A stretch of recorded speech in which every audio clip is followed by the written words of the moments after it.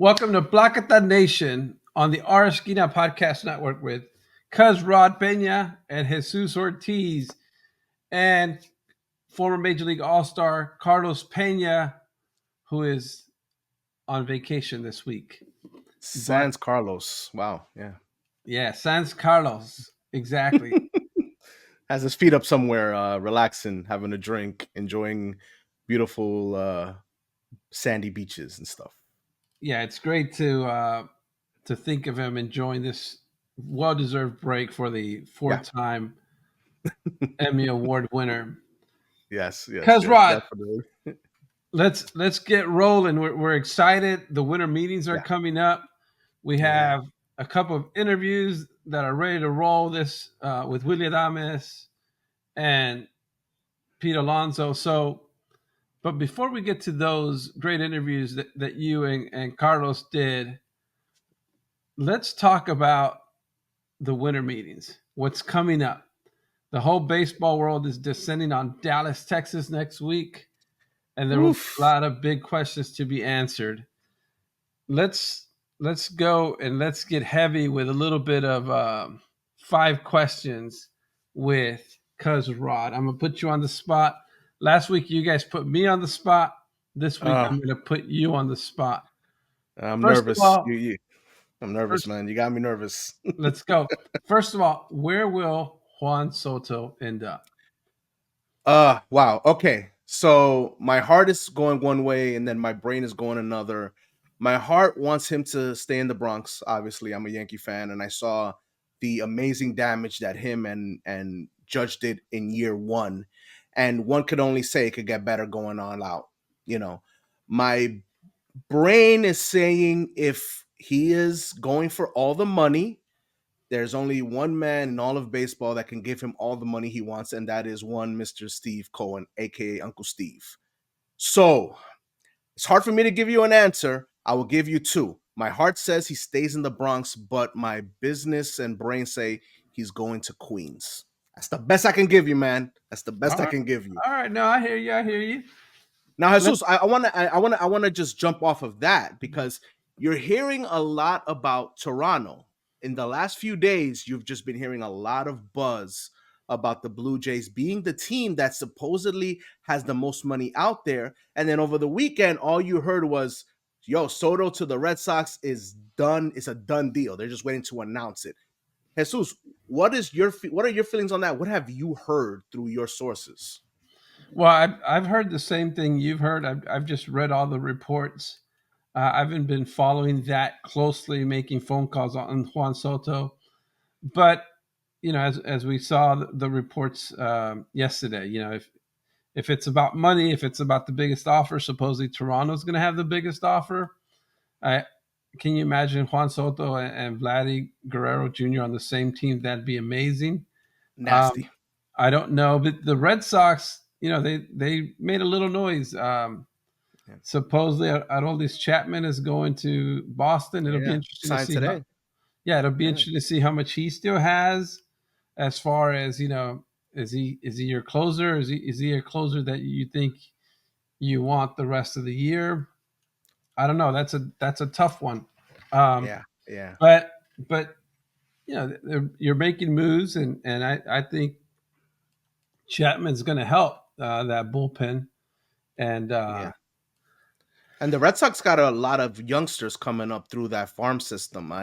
You already got a stud in Jared Duran, who I think he's on the stepping stone of being a superstar. I really do. That guy has got all the swag. He's got the game to back it up. He's a guy that I think if Soto were to go there, you could only imagine his numbers jump even more. Plus, they have a lot of guys in their prospects that are coming up. I believe there's a guy named by the name of Anthony Roman, who's saying is like another next big thing to come out of that farm system. They got a lot of guys. So if the Red Sox position themselves and get Juan Soto, man, oof, that's gonna be trouble for the AL East for sure. And yeah, you're right. Vladdy, Bo Bichette, and Juan Soto. Add George Springer to that. I mean, that's another formidable lineup. The Juan Soto saga is something to behold. It is crazy how last year we were going through it with Otani, but I feel like more teams are in on Juan Soto than it was with Otani. I hopefully by next week, by the end of next week, we do hear, hey, Soto has signed at X location. Let's see what happens, man. Yeah, and once Soto signs, I think all the big guys will start coming off the board, right? Yeah. But you're a Yankees fan. I'm a baseball writer, but my daughter's a huge Dodgers fan. Hmm. What is up with the Dodgers? That that that that that team is, it's rolling. They asked Mookie Betts at the MLB Awards, what advice would you give people? And I think, what do you say? Wait a couple years to compete. I think Didn't he he, say 7 years? Didn't he yeah, say 7 years? I think he said 7 or 5, but I'm like, Oh my god. you know what? You Hey, Blake Snell, 5 years, 182 million. What are your I mean, thoughts on that? Blake Snell to the Dodgers. What does you that do know, for the World all right. Series race? I honestly, and I had a conversation with my boys. We have a chat, and in this full disclosure, in this chat, it's two Met fans, two Yankee fans. So you could just imagine the war words that are going down in this chat. Um, but we all collectively have this taste for the Dodgers for obvious reasons, and this is pretty much the rich getting richer. This is what the Dodgers are doing. You sign Blake Snell, you're adding that to that rotation where you assume you're getting Otani back into that rotation.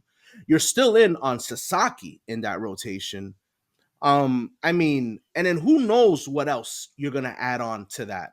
And then not to mention, there's rumors that he deferred money as well. So this is just more money for the Dodgers to play with. The Dodgers remind me of the 90s Yankees. They really, really do.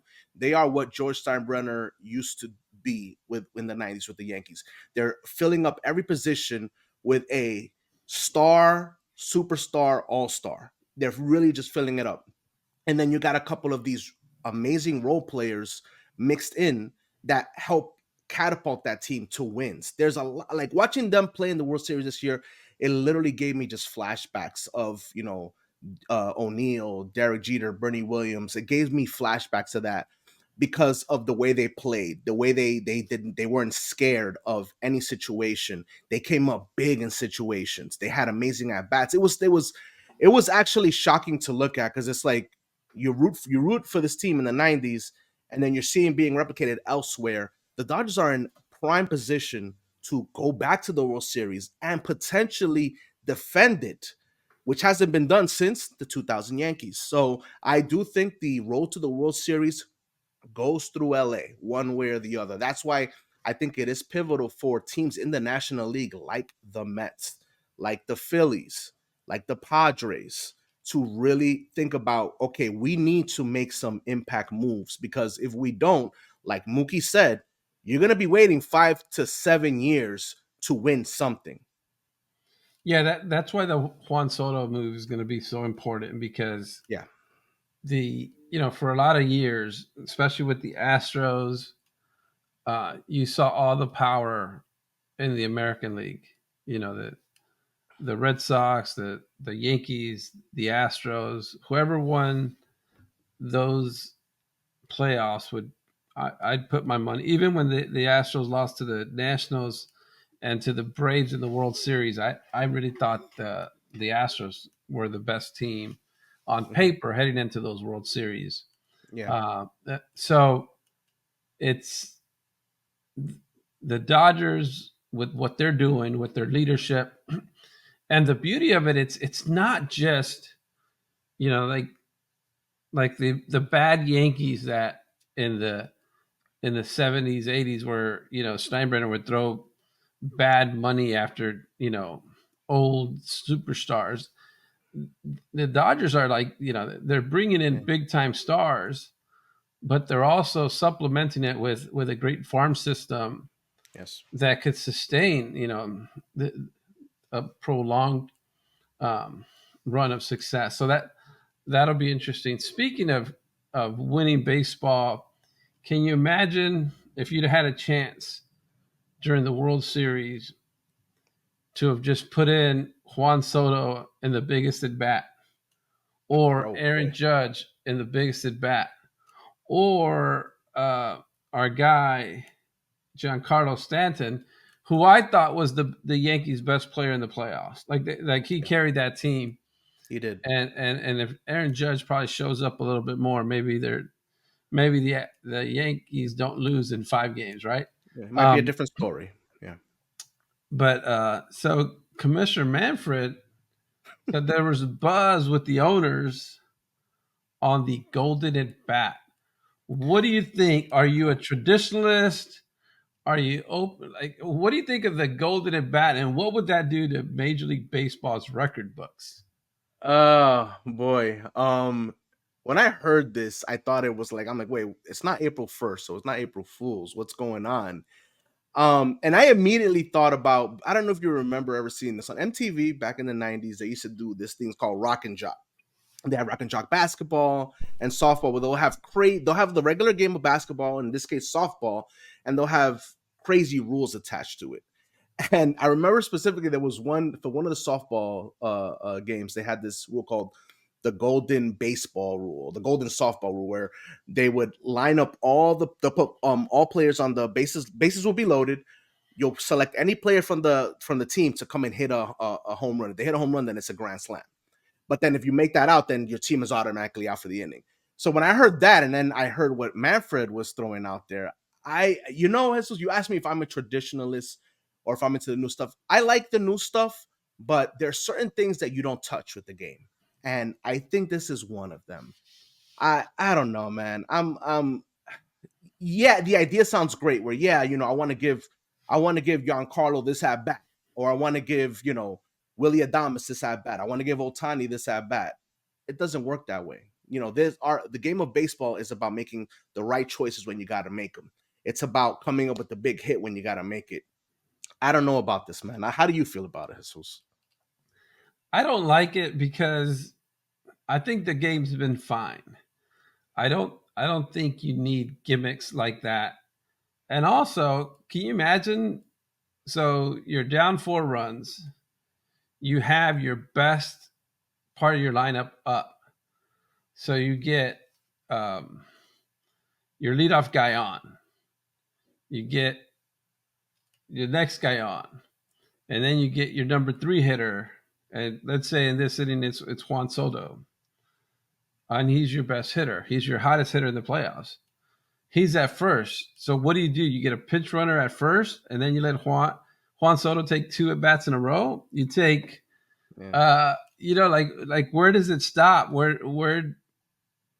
does the it gimmick doesn't make end? sense. Like Yeah, you, you're done. Alvarez is your third batter in the inning. You're down 4 runs. He just got the third hit in a row. The bases are loaded, and now you're going to let him bat again with the golden at bat. Like you're going to give two. It's like where does it end, right? it's Um, weird, man. but It uh, really but is. also, I'd love to see managers, where you have Aaron Judge is your stud, right? Like he's your American League MVP, but Giancarlo Stanton has been your hottest player. Yeah. Imagine Aaron Boone having to decide who's my golden at bat with the game on the line. Oof. Where That's all right, tough. that's your MVP, and you tell your MVP, hey man, I know you're the league MVP, but on this one we're going with Stanton, and then Stanton strikes out, and then you pissed off your superstar, the media, half when things go bad, everybody's crushing you. So that'd Yeah. be one dilemma that poor managers would be like, man, I Yeah. just, and it's like, say it's game number 3 of the regular season, right?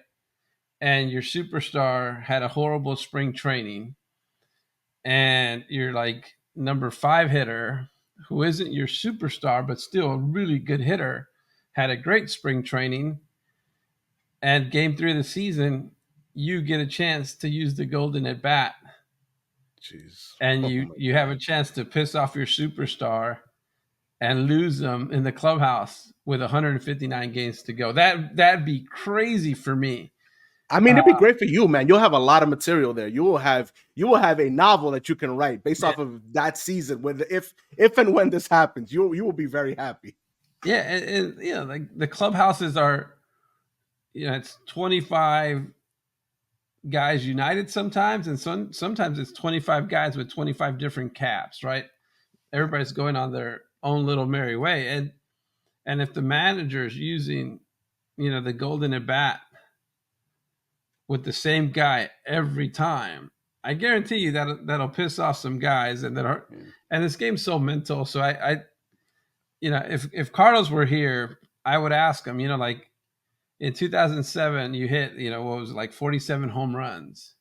yeah. How would you feel if during that season you have a chance to get 60 home runs because down the stretch you're getting all the golden at bats.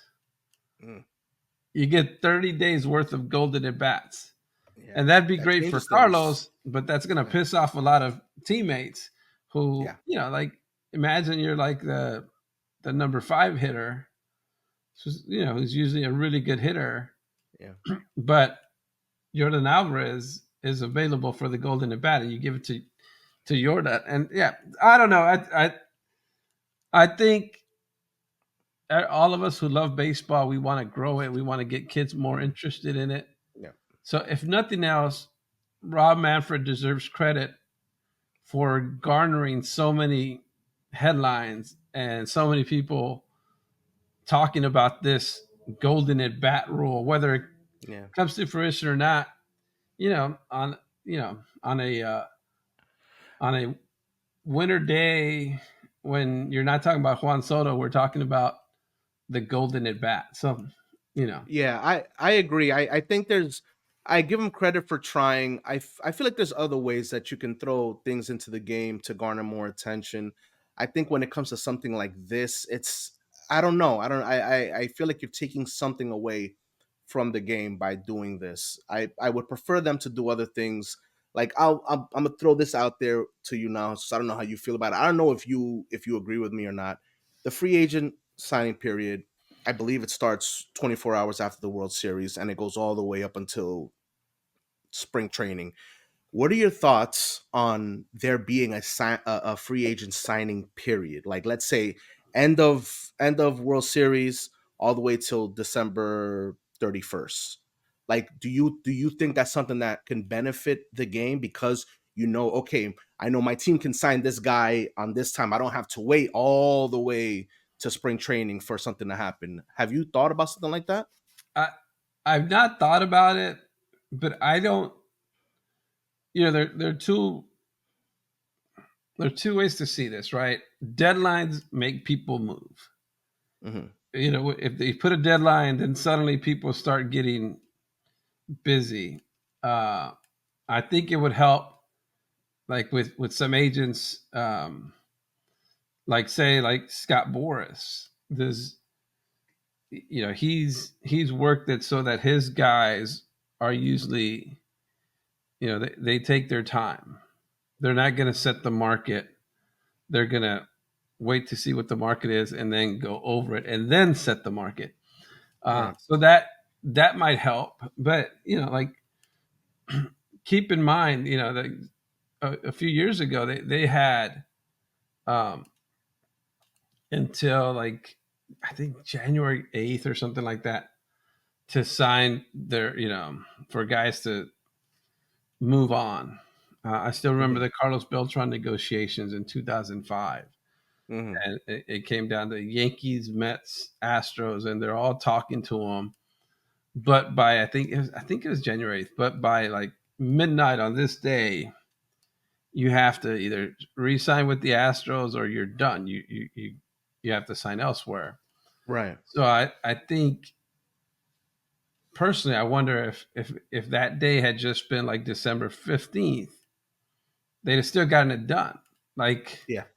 we're going to the winter meetings next week, and people are going to be talking about it. People are going to get deals done, and I think if you've had a month, you should be able to figure things out. People know their Okay. budgets. People know their budgets before the season ends Yeah. for the next season. So I'm fine either way. I have no problem with, but I think for a lot of these ball players, for teams, they'd rather get it done as soon as possible, so they know what they're promoting. So they know that if you have Willie Adames as your third baseman, your fans have a chance to get to know him Yeah. before spring training and things like that, which they still do. But I don't know. I guess I didn't answer your question, No, but and it's fine. Sorry, my but cat's making an appearance into the show.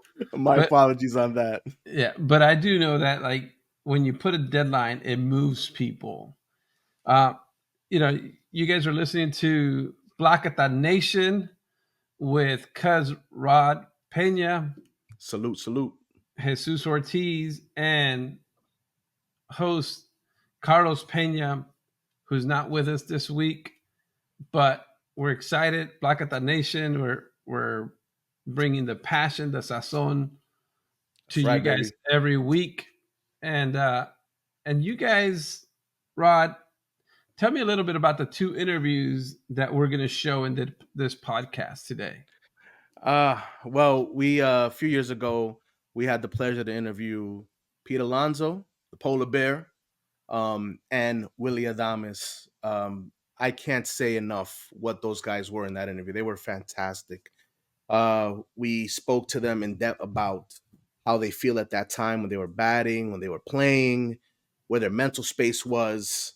And it's great to see these guys in that position. And you see where they're at now. They're in a crucial part of their careers now because now they're looking for that big contract.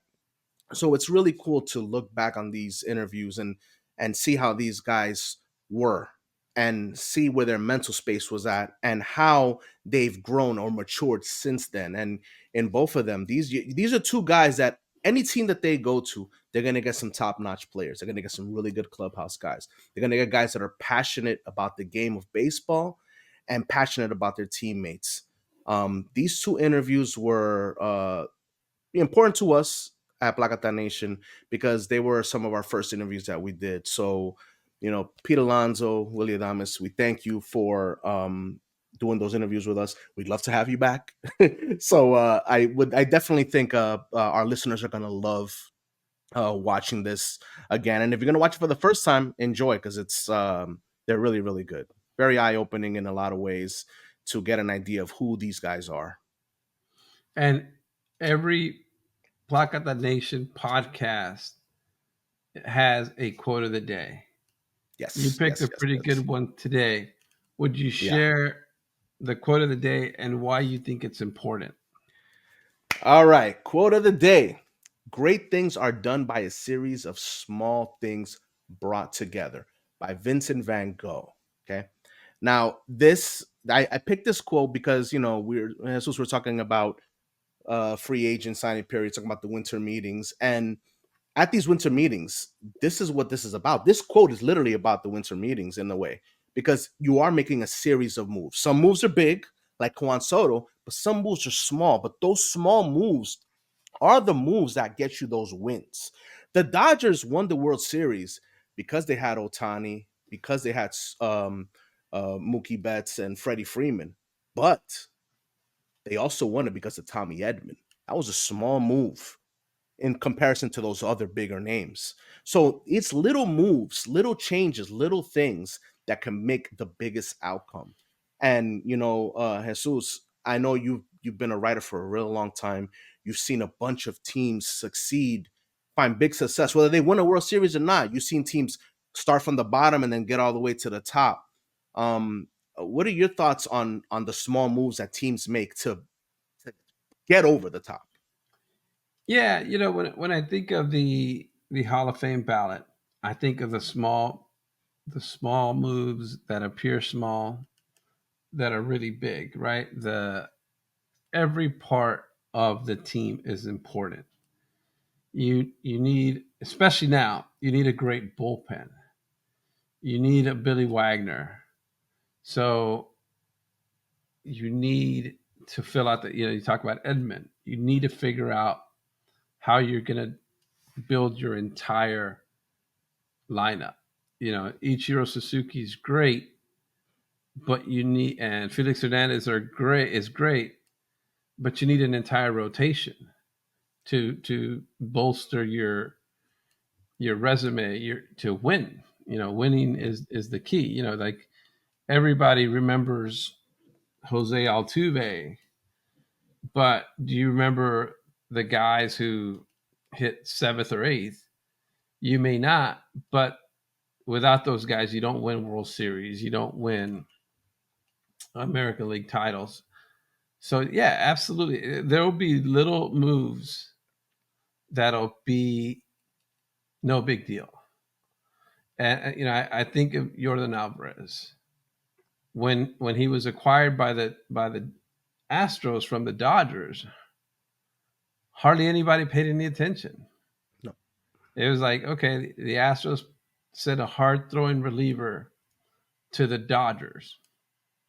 Okay, and 3 years later, he's the American League Rookie of the Year. Yeah. So and so as you noted, and that didn't happen during the winter meetings. That happened during I think in September or late August. But my point is that every every small move can be a great addition. You just don't know it at the time the move is made, and we'll see some deals this at these winter meetings where people are going to be indifferent and not paying attention, and then a year from now, some of these guys would have played key roles in helping a team win. Yeah, I agree 100%. I think we've seen some signings already. The Mets signed Frankie Montas to a 2-year deal. I think that's a really good move for the Mets. Low key, that's a guy that can get into your rotation, and when healthy, he's dominant. He's real good. I think there's a lot of moves to be had that aren't the big names. And I think those are the ones that are going to be vital. As much as teams want to jump and get Juan Soto, it's about filling up the other parts, the other pieces. Like you said, the bullpen, the rest of the rotation, even guys on the bench. If the golden rule does happen, you need a good bat to come off the bench if you want to fill that up, right? You know what I mean? Like you need those pieces. You need those things to find success because baseball, unlike all other sports, the best player might not be the player that pushes you over the top. And again, Tommy Edman is that guy that I just think about because I just saw how much damage he did in the playoffs. Well, think about this: where would the Mets be without oh my god guy Oh yeah. Oh my God, Jose Candelita, Iglesias Candelita. when he Wow. signed with the Mets? Nobody was running to say, "Hey, this is the guy who's going to inspire this team, who's going to be the spark plug, the emotional boost that everybody." The beauty about the Mets organization that I really really love, like all of their great teams have some sort of like the miracle Mets, the Yeah. Amazings. Like this great Mets team didn't win a World Series, didn't even get to the World Series. But Mets fans forever will remember, oh my God, will remember Candelita. Yeah. And Yeah. that was a minor move that turned out to pay huge dividends and rallied a team and a fan base better than I would say any fan base in the major leagues this last year. That is a fact, man. Like City Field is and again it's coming from a Yankee fan. City Field is a freaking party, man. Like when you go over there, you're gonna have a good time. Any which way. They have the DJs playing out there. You never know. You might see Grimace walking around. You're gonna see Mr. and Mrs. Met with the OMG chain walking around. It is such a fun atmosphere. And you're 100% right. Candelita came in and he just added the spark to that clubhouse, to this team.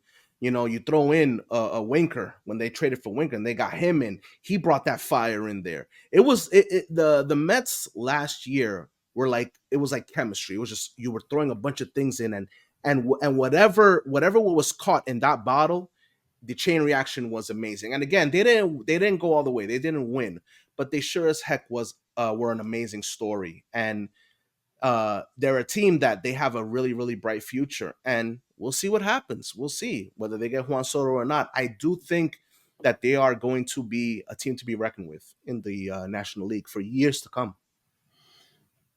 Perfect. You guys have listened to another episode of Plakata Nation with Jesus Ortiz, Cuz Rod Peña, and although he's not here this week, Carlos Peña. We're glad you guys joined us. I hope you enjoy the interviews. Cuz Rod, thanks so much. It was another great Plakata!